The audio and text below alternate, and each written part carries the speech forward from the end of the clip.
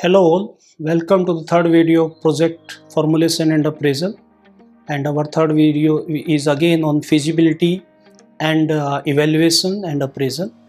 So what we'll cover in this is financial feasibility, source of finance, profitability, cash flow, economic feasibility more or less, and then evaluation. So I, Dr. Satish Kumar Mittal, Senior Faculty with Gautam Bodh University, welcomes you all to this third video, that is the last video on project issues. So let's recap, quickly cover what we covered previously, briefly discuss, and that we covered, started with project idea, then project formulation, then report designing, then we started with feasibility. In previous video, we covered technical feasibility, which covered technical, operational, input level, risk feasibility. And then market feasibility covered market and marketing feasibility. And again, briefly, if we talk about what is feasibility, if we recall, feasibility is analysis of the problem in advance to find out whether our project will be viable, suitable, and will run in the market successfully. What is the possibility? That studying is feasibility study. So estimating in advance that whether we will be able to deliver our project or not is feasibility study. It is on various aspects, as we discussed in previous slide, technical and market aspect, and in this slide or in this video we will discuss financial feasibility, various dimensions of financial feasibility. Yes, of course, we will discuss in detail. Then economic feasibility, and then appraisal, evaluation of the project. Is again the results of the project will be determined, and that we covered previously, so need not to cover here. I just try to show you what we covered previously. Let's start with financial feasibility. What is financial feasibility? It include the cost aspect, that what will be the cost of our project. For different activities we can segregate the cost. Then what will be the source of finance to cover that cost, to meet that cost.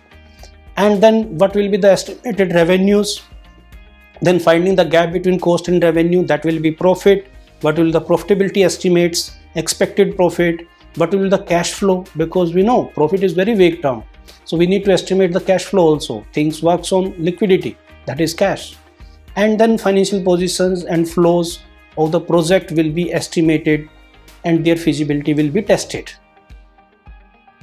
So starting with project cost determination, as we discussed in cost in our previous units about direct cost, indirect cost, variable cost, fixed cost, semi-variable cost, activity-based costs.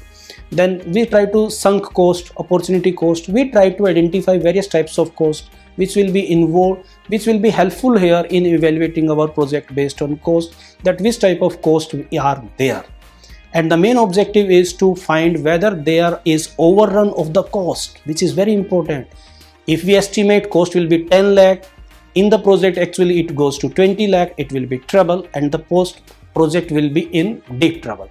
And recently, if I correctly recall, Nitin Gadkari, our road and transport minister, highlighted, and it said, he said that NHAI itself took 10 years to construct a building which need to deliver project on time, and it increased the cost of the project double and triple sometime. And he really felt bad that the project cost overrun is a big issue in the success or viability of a project. That is important. So this will again lead to time overrun. If cost overrun, then we need to give estimates and budgets again to the authorities to approve, and it will take time, and then there will be extra time that will be taken to complete the project, and this will increase the probability of or the possibility of project failure, project funds outflow or inflow problem, mismatch may arise. So let's discuss various essentials elements of project cost. Quickly, let's cover those. Land and site development, very important in case of hotels, in case of destination development. Building and civil works, plant machinery, in case of capital assets are required. For travel agency or tour operators, they need motor vehicles. For hotels, they need building, they need kitchen equipments, they need hotel rooms equipments, they need furniture, they are the technical know-how. Nowadays everything works on softwares, So technical know-how is very important. Preliminary and capital issue expenditures. Let me explain it quickly. What is preliminary and capital issue expenditure? Preliminary means the expenditure that happens before initiating a project, and that happens in feasibility study. Project is not yet started. Feasibility study cost is preliminary expenditure. Capital issue expenditures, raising capital itself have a cost. Even if you raise from owners, maybe through share capital, then issue cost is there. We need to hire bank to facilitate the issue. We need to make some expenditure with the stock market so that shares are listed. And even if we take loan from banks, then bank charge something. So that is capital issue, raising fund related expenditure. Provisions for contingencies. Future is uncertain, we all know. We don't know what happens in future, so we need to have some cushion, some grace for funds. So if we estimate the cost is 90, at least 10% should be the contingency, and then the total cost estimation should be 100, so that if some uncertainty happens in future, that can be covered. Working capital requirement, day-to-day expenditure requirement is very important. And see, working capital, many projects failed because of liquidity. Long-term funds everybody have and they arrange, but day-to-day expenditure is very important. And if we spoil our image in day-to-day expenditure, you take a tour, you need liquidity there to spend on tourists. You can't ask every time tourists give this money, they give this money for maybe sightseeing. That spoil our image every time behind the tourist to give money. So we need to have liquidity with our business firm. So next issue, important issue, is source of finance. What are various sources of finance? We'll spend quickly 2-3 minutes or some time on explaining various sources of finance. Previously there used to be very less sources. Of finance. People used to depend on their own funds and then borrowed funds. That is debt, that we call it loan. That's it. Or maybe to the max extent, then we government grants. But nowadays there are so many funding options are available, like crowdfunding. This is a new concept. Like social fundings, we raise funds through small units from the society. Lease finance, need not to buy long assets, we can take them on lease. And nowadays even ACs, electrical equipments are taken on lease. So bank give loans on inventory, bank gives loan on term loan, demand loan, fixed time period loans, public deposits, debts. Debentures are normally secured. Very famous terminology, companies issue debentures. And debts means loan. You can take loan for any type of firm. Then capital subsidies or development funds are sought from government or different financing agencies. Foreign investments are there. Foreign investment comes under two categories: foreign portfolio investment and foreign direct investment. Foreign direct investment is when long-term funds, or green investment it is also called, is coming from foreign investor for a new project. That is foreign direct investment. And for existing projects, if some old shares are traded or funds funded, then that is portfolio investment. Normally it is considered FDI is better than FPI. The next issue is profitability estimates. We need to estimate our profits based on the revenues estimation. Let's discuss this. Financial feasibility is very important, and profitability estimate is very important for financial feasibility. That is estimating about sales and cost we discussed previously. In case of sales, revenues, other revenues, non-business related revenues are also coming in the business. Maybe sometime we give consultancy, maybe sometime extra money is invested in share bazaar, maybe extra money is invested in real estate, and then we are getting some return, and that is other revenue. So sales plus non-operating revenues that you might have discussed, operating and non-operating revenue under balance sheet or profit and loss account or income statement. And the difference between revenue and cost is profit. Next is cash flow estimates. Cash flow estimates, and even government and all experts accept that profit is very vague terminology. Many people call revenue as profit, many people call cost minus revenue minus cost as profit. Many people call net profit as profit. Many people call residual income as profit. So cash flow is very important, and it explains very clearly that to what extent project is successful. So cash flow estimates for projects, physical movement of cash in and out of the firm is important to be discussed. Profitability estimate concerned about cash flow. So cash flow estimates based on three parameters: operating cash flow, financing cash flow, investment cash flow. Operating cash flow is related to your revenues cash flow. Financing cash flow is related to our long-term funds cash flow. And investment cash flow is related to our assets cash flow. If we purchase assets, then cash flow is going, so it is called outflow of cash. If we sell assets, old assets are sold many times, old unit of the project is sold many times, so that is cash inflow. And then third one is cash estimate, deal with liquidity and clarity on profitability of the firm as well as the project. Next aspect is financial positions and flows. Let's discuss those. Financial positions: what are the stock of assets, what are the stock of liabilities, then assets minus liability left out is for owners, and what is the surplus that we have generated. These all are based on investment cost estimates, operating cost estimates, benefit estimates, cost benefit comparison, project selection decision. They all depends on this. Economic analysis is equally important, and economic appraisal is equally important to financial appraisal or technical appraisal. If our project, the project that you are initiating, is not economically contributing, what are economic parameters? That let's discuss those. Economic parameters includes GDP. Economic parameter includes if we are able to generate employment in that from that project, then government may support that project. If we are able to educate or uplift the quality of life of the local people, that is economic impact. If you are adding in per capita income of the local people or to the government, that is economic upliftment.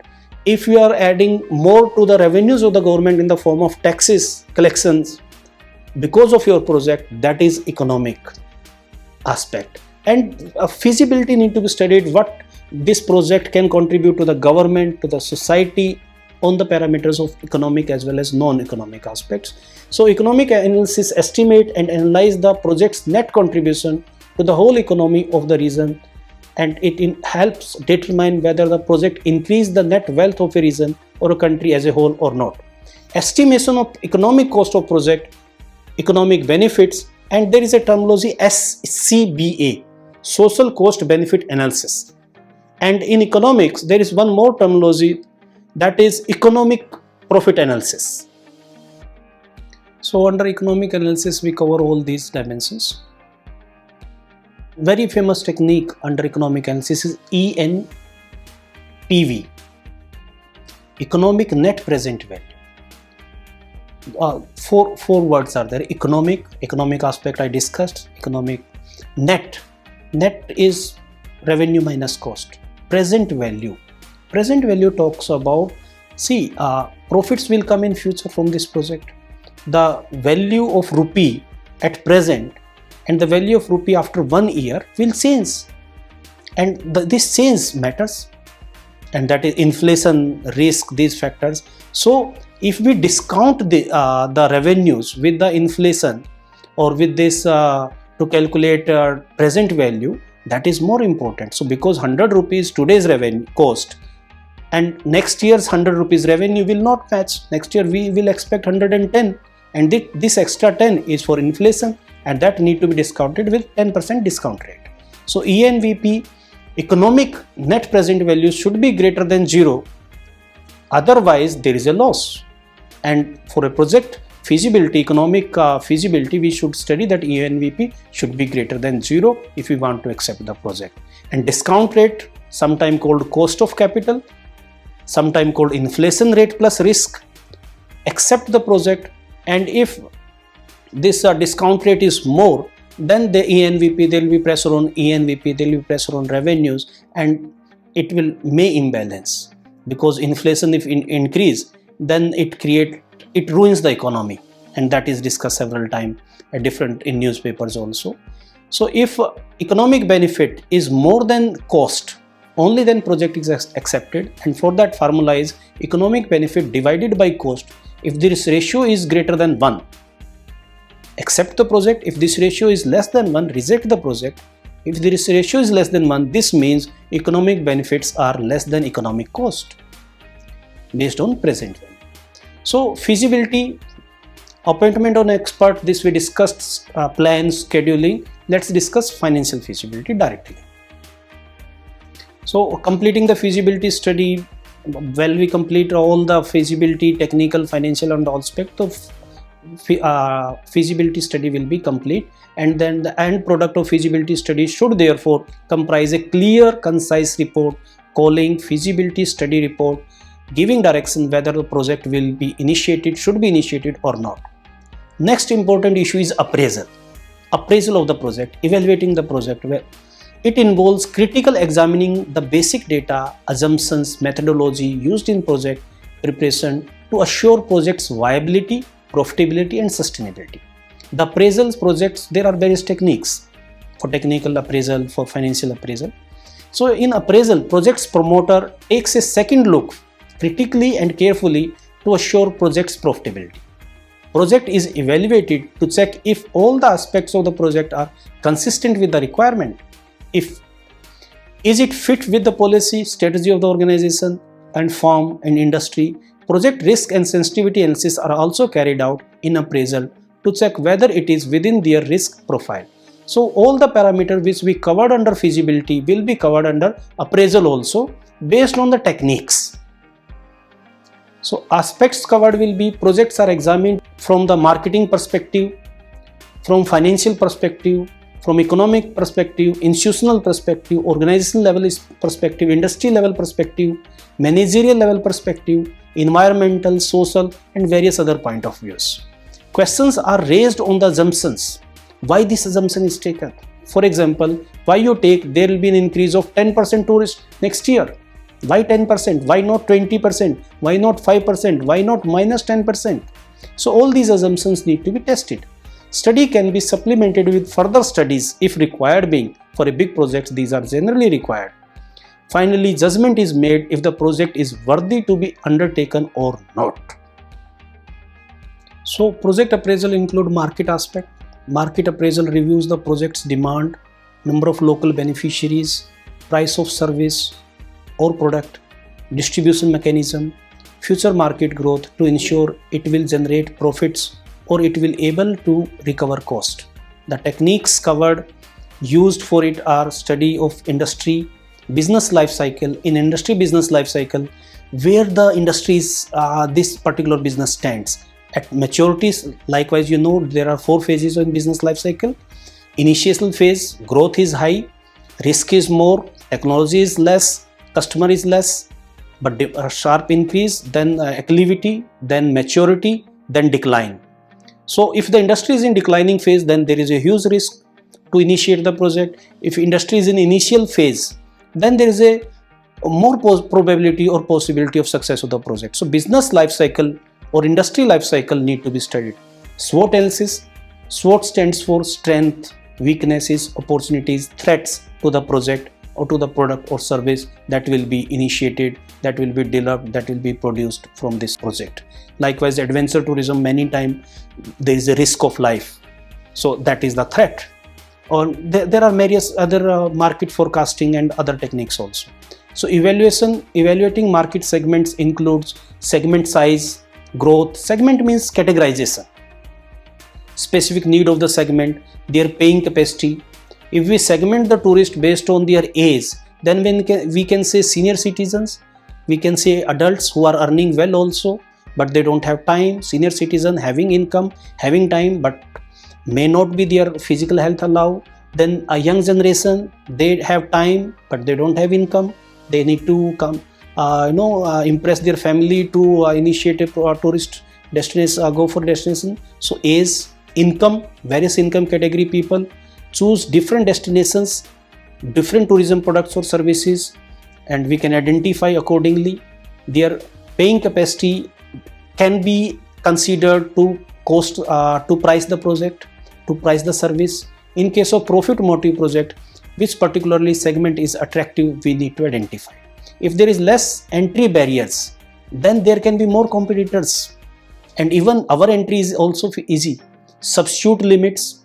If the project can be easily, our service can be easily substituted by some other service, then there is a threat that in near future, maybe our product or service is replaced by some other product or service. So many, HMT watch.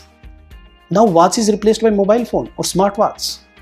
Then there used to be one very famous Kodak company which used to have Kodak reels, very famous, now no more existence. So substitute limits, price reduction pressure, these can be and attractive segments can be really concerns to evaluate in the market. Company objectives and resources also need to be considered under market consideration also.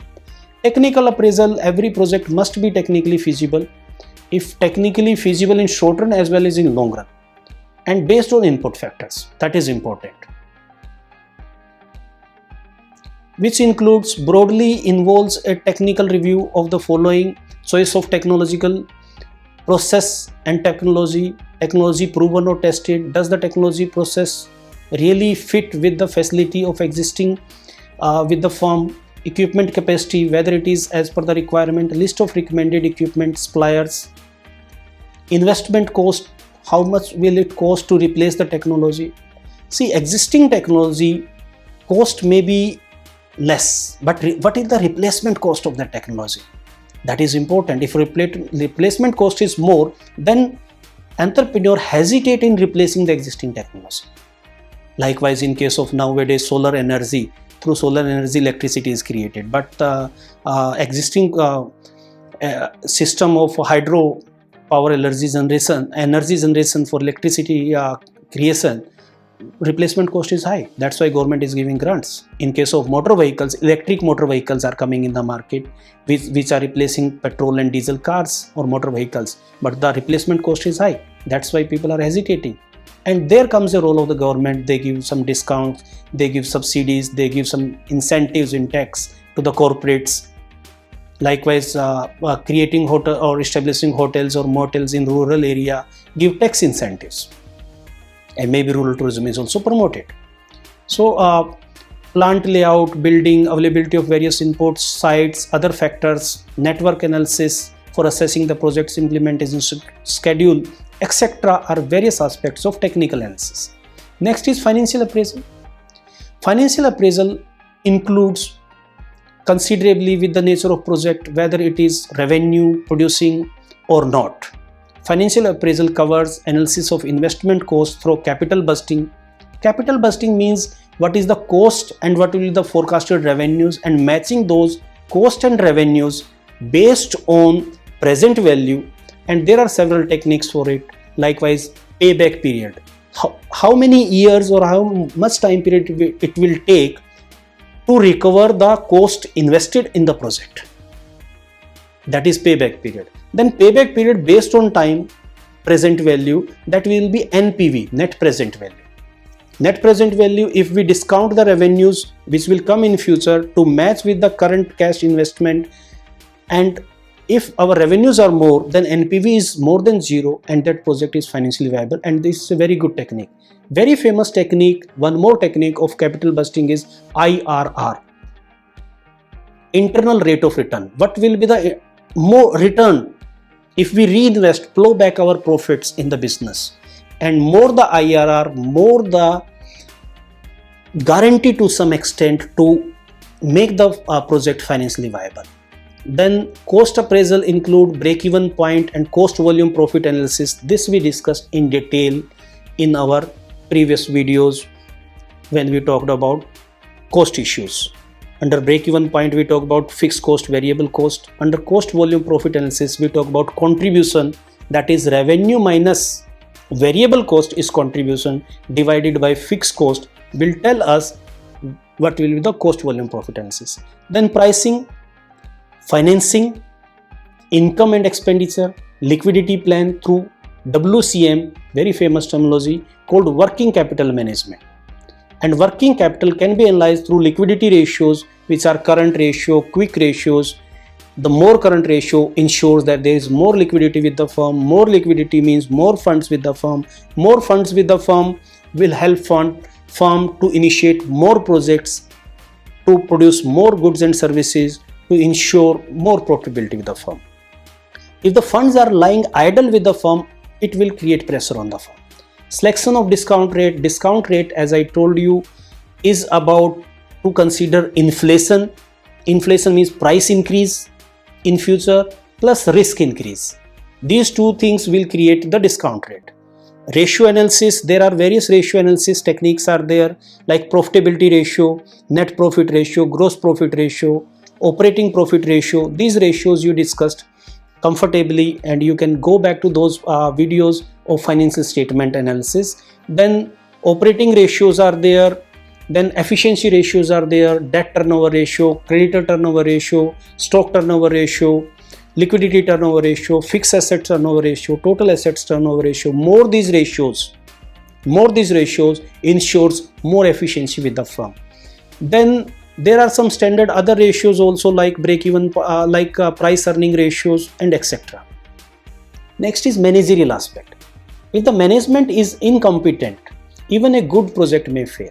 If management is over ambitious, unskilled, less motivated,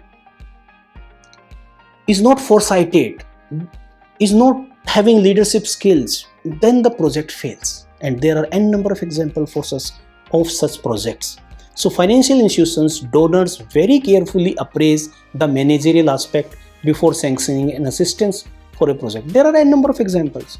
Tata's started business with no capital. They did not have funds. So when many people we find to talk about that we don't have fund, otherwise we could start a travel agency, tour operators, or a hotel, or a motel, or a resort, or some sports activity, we don't believe this. If you have a good idea, prepare a good project report, and there can be a number of people available in the market who can finance your project.